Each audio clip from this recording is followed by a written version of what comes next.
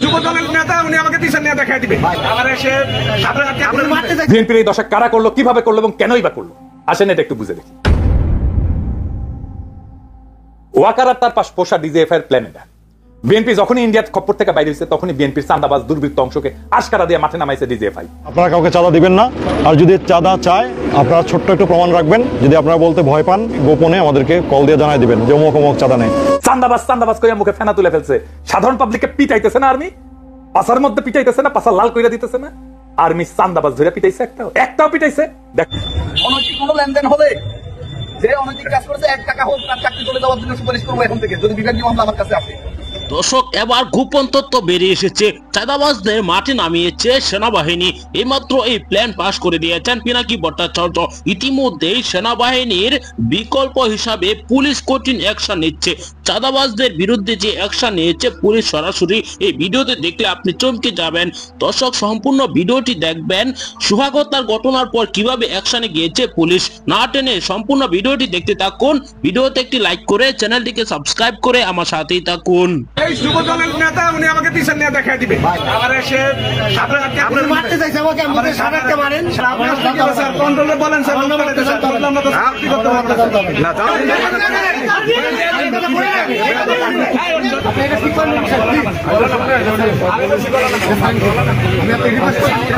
আরে স্যার জনগণ এত স্যার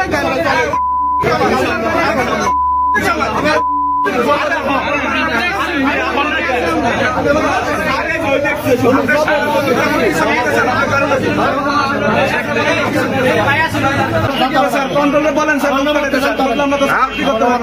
না জানতে তো হবে। কেন জানতে হবে না? কেন কে জানবে?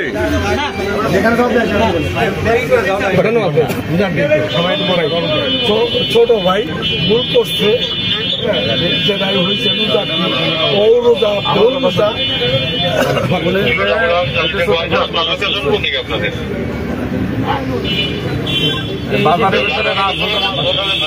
স্বপ্নের এখানে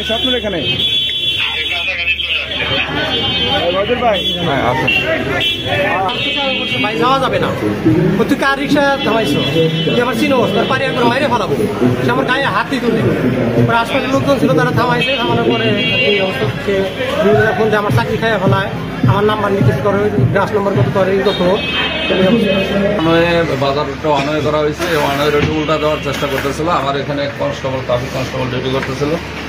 তো এর আগে আরো 2টা রিক্সা উল্টা যাওয়ার চেষ্টা করছিল, 2টারই ঘুরাই দিচ্ছে। 3 নম্বর রিক্সা উনি যাওয়ার চেষ্টা করছে, ওনারাও ঘুরাই দিতে চাইছে কনস্টেবল। তো এক পর্যায়ে এসে খুব কনস্টেবল উপরে ক্ষিপ্ত হয়, কেন যাইতে দেবে না, তার নাম্বার বিপি নাম্বার নিচ্ছে এবং তার উপর চড়া হয়েছে এবং অকথ্য ভাষা গালিগালাজ করছে। তো এক পর্যায়ে আমরা আমাদের ঊর্ধ্বতন কর্তৃপক্ষকে জানাই এবং ওনাদের পরামর্শক্রমে আমরা থানায় ওনাকে হস্তান্তর করি। পরবর্তীতে ওনার বিরুদ্ধে আইনি প্রক্রিয়া অবলম্বন। আপনারা কাউকে চাঁদা দিবেন না, আর যদি চাঁদা চায় আপনারা ছোট্ট একটু প্রমাণ রাখবেন। যদি আপনারা বলতে ভয় পান গোপনে আমাদেরকে কল দিয়ে জানাই দিবেন যে অমুক অমুক চাঁদা নেই। কেউ কি এসে টাকা পয়সা চায়, বলে যে এখানে ব্যবসা করার জন্য টাকা দেওয়া লাগবে, এটার জন্য কি কাউকে টাকা পয়সা দিতে হয়? কোনো টাকা পয়সা দেওয়া লাগে?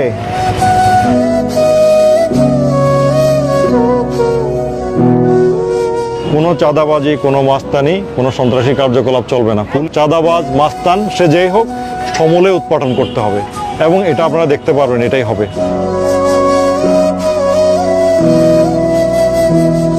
যদি আপনারা ভয় পান, এই ভয়কে বিক্রি করে আজীবন সন্ত্রাসী চাঁদাবাজি কার্যক্রম চলতে থাকবে। আর আপনারা আমরা একসাথে যদি রুখে দাঁড়াই, দেখবেন যে কারো সাহস নেই চাঁদা চাওয়ার। ধন্যবাদ। অনৈতিক কোনো লেনদেন হলে যে অনৈতিক কাজ করেছে 1 টাকা হোক তার চাকরি চলে যাওয়ার জন্য সুপারিশ করবো এখন থেকে, যদি বিভাগীয় মামলা আমার কাছে আসে। এই হারাম খেতে আমি দিব না।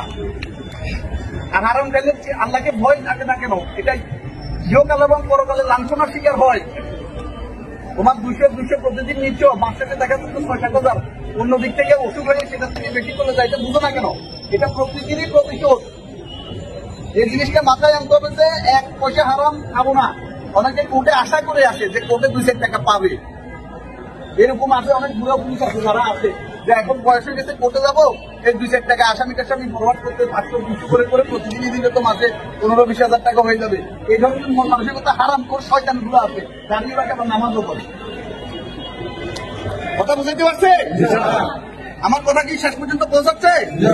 জিজ্ঞেস করলে বলতে পারবা? বিএনপির এই দশা কারা করলো, কিভাবে করলো এবং কেনই বা করলো, আসেন এটা একটু বুঝে দেখি। ওয়াকার আর তার পাশ পোষা ডিজিএফআই এর প্ল্যান এটা। বিএনপি যখনই ইন্ডিয়ার খপ্পর থেকে বাইরে হয়েছে তখনই বিএনপির চান্দাবাজ দুর্বৃত্ত অংশকে আশকারা দিয়ে মাঠে নামাইছে ডিজিএফআই। তাদের ইন্টেলেকচুয়াল সাপোর্ট দিছে বিরানি আলম, কচুঘাতি সহ অনেকেই, যারা বাংলাদেশে অ্যান্টি হাসিনা অ্যান্টি ফ্যাসিস্ট রাজনীতিক বুক দিয়ে আগলায় রাখতে পারে, তাদের বিরুদ্ধে ক্যাম্পেইন শুরু করছে এরা। এই কচুঘাতি জুলকার নাইন সাহেব যা বলবে মনে করবেন এটা ওয়াকারের কথা, এটা ডিজিএফআই এর কথা। ও ডিজিএফআই থেকে মাসোহারা পায়। তারেক রহমান আর প্রফেসর ইউনূসের মিটিং হওয়ার পর আমি বলছিলাম ইন্ডিয়া আপাতত পরাজিত হয়েছে, কিন্তু ওয়াকার নতুন প্ল্যান নিয়ে মাঠে নামবে, মনে আছে না? ডিজিএফআই এর লক্ষ্যই ছিল বিএনপির বেপরোয়া অংশকে দিয়া এমন অবস্থা তৈরি করা যেন বিএনপি ঘৃণিত রাজনৈতিক শক্তিতে পরিণত হয়। ঠিক রাস্তায় আগাইছে, তাদের প্ল্যান পরিকল্পনা সফল কইরা দিছে এই কচুখেতিরা, এই বিরানি আলমেরা। এমনই প্ল্যান করছে ডিজিএফআই যেন বিএনপি কে একেবারে ধ্বংস করে দেওয়া যায়। আমরা যারা বিএনপির এই পতনকে দেশের বিপদ হিসেবে আইডেন্টিফাই করছিলাম, যখন বিএনপিকে অবধারিত পতন থেকে রক্ষার চেষ্টা করছিলাম, বিএনপির সমালোচনা শুরু করছিলাম, তখন ওই চিহ্নিত শয়তানগুলা আমাদের শত্রু হিসেবে চিহ্নিত করছিল, আমাদেরকে পরিচয় করাই দিয়েছিল বিএনপির কর্মীদের সামনে যে এরা বিএনপির শত্রু। এরা একে একে আমাদের কণ্ঠরোধ করার জন্য এমন কিছু নাই যা করে নাই। খুঁজে দেখলে আজকের পাথর দিয়া ক্যামেরার সামনে হত্যাকাণ্ডটাও ডিজিএফআই প্রযোজিত বলে জানা যাবে বলে আমার অনুমান। বিএনপির নেতা কর্মীদের বলি, আপনারা কি ডিজিএফআই এর গ্র্যান্ড ডিজাইনটা বুঝতে পারতেছেন? প্রশ্ন করেন, কে তাদের এই সাহস দিছে এইভাবে খুন করা যায়? কে খুনের সময় ক্যামেরা নিখুঁত ভাবে ভিডিও করলো? চান্দা নেতা খুন করে একরকম, কিন্তু বিভৎস ভাবে খুনের স্পেকটাকল কার পরিকল্পনায়? অবাক লাগে না? যেন ক্যামেরাম্যান জানতো এই ঘটনা ঘটবেই তার সামনে। নিখুঁত অ্যাঙ্গেল থেকে ভিডিও। বিরানি আলম আর কচুখেতিকে জিজ্ঞাসা করেন কেন তারা এইভাবে বিএনপির ক্ষতি করতে মরিয়া হয়েছিল। পিনাকি, ইলিয়াস, কনক এরা তো বিএনপির শত্রু না, শত্রু ছিল না। কেন তারা পিনাকি ইলিয়াসের পিছনে লাগিয়েছিল? তারা প্রচার করছে না বিএনপিকে আমরা ক্ষমতায় আসতে দিতে চাই না, বিএনপি এখন ক্ষমতায় আসতে পারবে? কি মনে হয়? প্রফেসর ইউনূসের সরকারের আইন শৃঙ্খলা রক্ষার ব্যর্থতার কথা বলতেছিল। আরে বেকুবের বাচ্চা, ম্যাজিস্ট্রেসি পাওয়ার নিয়ে মাঠে কি আর্মি নাই? ওয়াকারের লোক নাই? তারা কি লাইতেছে? প্রথম আলোর সামনে তো ঠিকই আর্মি দিয়ে গরু জবাই ঠেকাইতে গেছিল আর্মি। এই হত্যাকাণ্ড ঠেকাইতে পারে নাই কেন? চান্দাবাজ চান্দাবাজ কইয়া মুখে ফেনা তুলে ফেলছে। সাধারণ পাবলিককে পিটাইতেছে না আর্মি? পাশার মধ্যে পিটাইতেছে না? পাশা লাল কইরা দিতেছে না? আর্মি চান্দাবাজ ধরে পিটাইছে? একটাও পিটাইছে? দর্শক আপনারা জানেন শেখ হাসিনার পতনের পর কিন্তু একের পর এক চাঁদাবাজি শুরু হয়ে গিয়েছে দেশে। বিএনপি বেশিরভাগ চাঁদাবাজি করছে, এনসিপি কিন্তু চাঁদাবাজি করছে, তাদের চাঁদাবাজির ভিডিও কিন্তু ভাইরাল হচ্ছে সামাজিক যোগাযোগ মাধ্যমে। দর্শক এবার গোপন তথ্য দিয়েছেন পিনাকি ভট্টাচার্য। চাঁদাবাজদের ধরছে না সেনাবাহিনী, চাঁদাবাজদের মাঝে নামিয়েছে সেনাবাহিনী, এমনকি ডিজিএফআই সদস্যরা ডক্টর ইউনূসকে বিপাকে ফেলানোর জন্য, এমনকি বিএনপিকে কালারিং করার জন্য এরকম প্ল্যান করেছে। বিএনপি যে সময় ভারত থেকে চলে এসেছে, যখন তারেক রহমান বলেছে দিল্লি নয়, পিন্নি নয়, অন্য কোনো দেশ, সবার আগে বাংলাদেশ, এই বক্তব্য দেওয়ার পরেই কিন্তু রীতিমতো বিএনপির উপর উঠে পড়ে লেগে গিয়েছে ডিজিএফআই সদস্যরা। এই তথ্য দিয়েছেন কিন্তু পিনাকি ভট্টাচার্য। দর্শক অন্যদিকে পুলিশ কিন্তু কঠিন অ্যাকশনে যাচ্ছে, হাতে নাতে চাঁদাবাজদের ধরছে, যে দলের হোক হাতে নাতে চাঁদাবাজদের ধরে অ্যাকশন নিচ্ছে পুলিশ। এই ভিডিওতে প্রমাণ সহ আপনারা দেখেছেন। এসব বিষয় নিয়ে আপনার কি মতামত জানাবেন। আসসালামু আলাইকুম ওয়া রাহমাতুল্লাহ।